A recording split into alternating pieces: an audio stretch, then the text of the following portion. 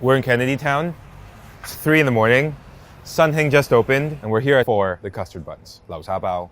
This is one of the only late-night dim sum places that I know of still operating in Hong Kong. The dim sum itself is going to be prepared right behind us. It's going to be steamed inside of those bamboo steamers, and they make them in batches. They have fillings inside of them, pastries, baos. There are various types of like dumplings. But as I said, we're just here for one thing, which is the custard bun. Lao sha bao, I would translate as custard lava bun. And the idea is that you have a solid piece of filling that gets wrapped inside of the dough. It gets steamed, and once it's hot, it'll run. So bao is a leavened bun. The dough itself is quite simple. The reason why the buns are so soft is a combination of baking powder and yeast. And the filling here is primarily salted egg yolk. So that's a duck egg yolk that's been cured in salt. It becomes runny, delicious lava. 整幾多有冇話整幾多咁？一至星期五咧，你100人到啦。哇，犀利！ So when they're completed, they just look like plain old white baos. There's no fancy folding, but it's all about craftsmanship, and it's some of the most delicate handiwork ever. A little bit of water over the top to stop that skin from forming, and they're going to let it rest for probably just a little bit. 咁包完之後使唔使擺一陣咁㗎？要擺一陣先蒸。擺一陣先蒸，定係直接落去蒸？因為裏面有點講，即係要發酵㗎嘛，係咪啊？This is a specialty station, just like pastry. The handiwork that produces these specific shapes and the speed, that's what makes this place very, very special. And it's going to go in a steamer at a high temperature for a couple of minutes. A bunch of brave friends are coming to join us for dim sum first thing in the morning. Actually, the original crew of people who brought me here the first time. Did Elton convince you to come? It just didn't make any sense having dim sum alone. It has to be a group. So we in English call this whole genre of food dim sum.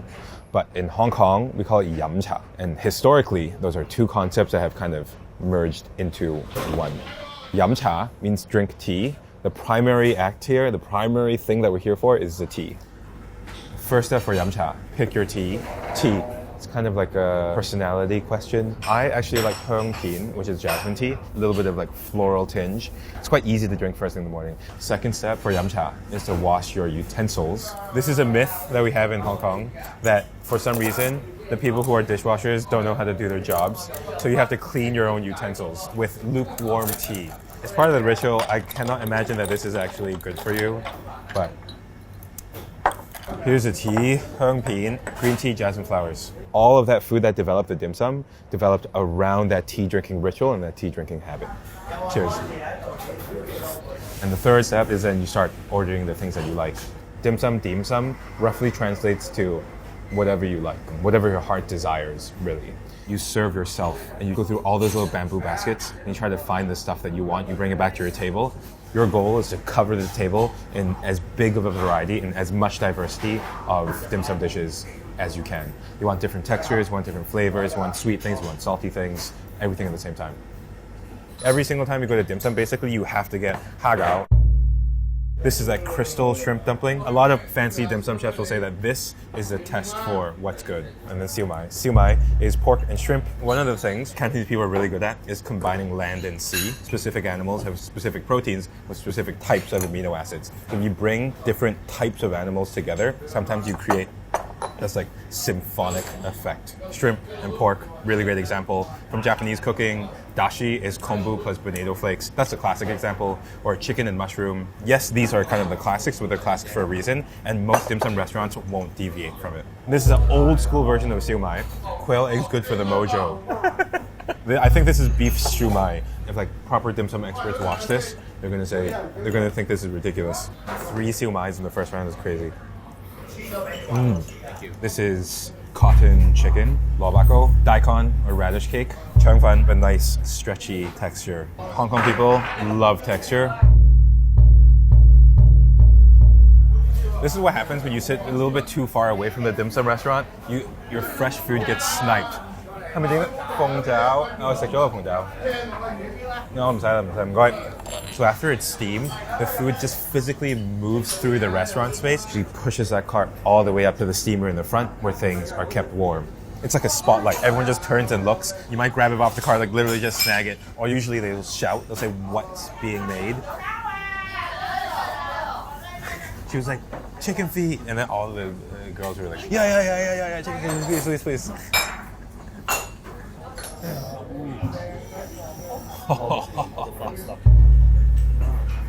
This is what you're here for?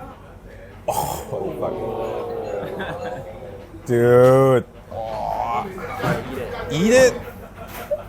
Yes, chef. I think the image speaks for itself. It's so perfect. The fattiness of that buttery dairy milk stuff, and then the salted duck egg yolk, balanced. It's chalky, but it's smooth. It's piping hot. It's so fresh. Thank you, sir. Go ahead. The longer we stay here, the more type of people you're going to meet. Literally a rotating cast of characters. Actually, the table next to us is 3 people. Every time someone finishes eating, one person will get up and randomly a new person is going to take their seat.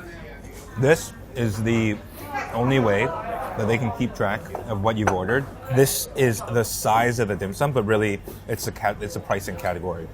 I will say this is the most civilized I've ever seen the pricing been done here, because last time we were here, we got up, they had no idea what we ate because it was just pure chaos.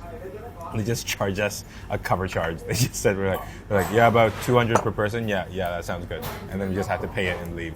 Every time people come to Hong Kong, they always want to look for dim sum because they know that it's the best here, probably is. And there are the really fancy places, the Michelin-starred restaurants that make really delicate, really beautiful dim sum. This is the type of place I like to go to because it's a little bit more 接地气, you know, it's like closer to the ground. It's a little bit more for the people. And it is very, very, very fun to go out knowing that you're trying to survive until 3 in the morning because these custard buns are worth the wait. So we just ordered a fried milk. It really is milk, right? So like the point of this is to really taste that fresh, fragrant dairy flavor. Nice custardy and soft, crispy, crackling batter on the outside. It's like deep fried panna cotta. Touch of sweetness, so perfect.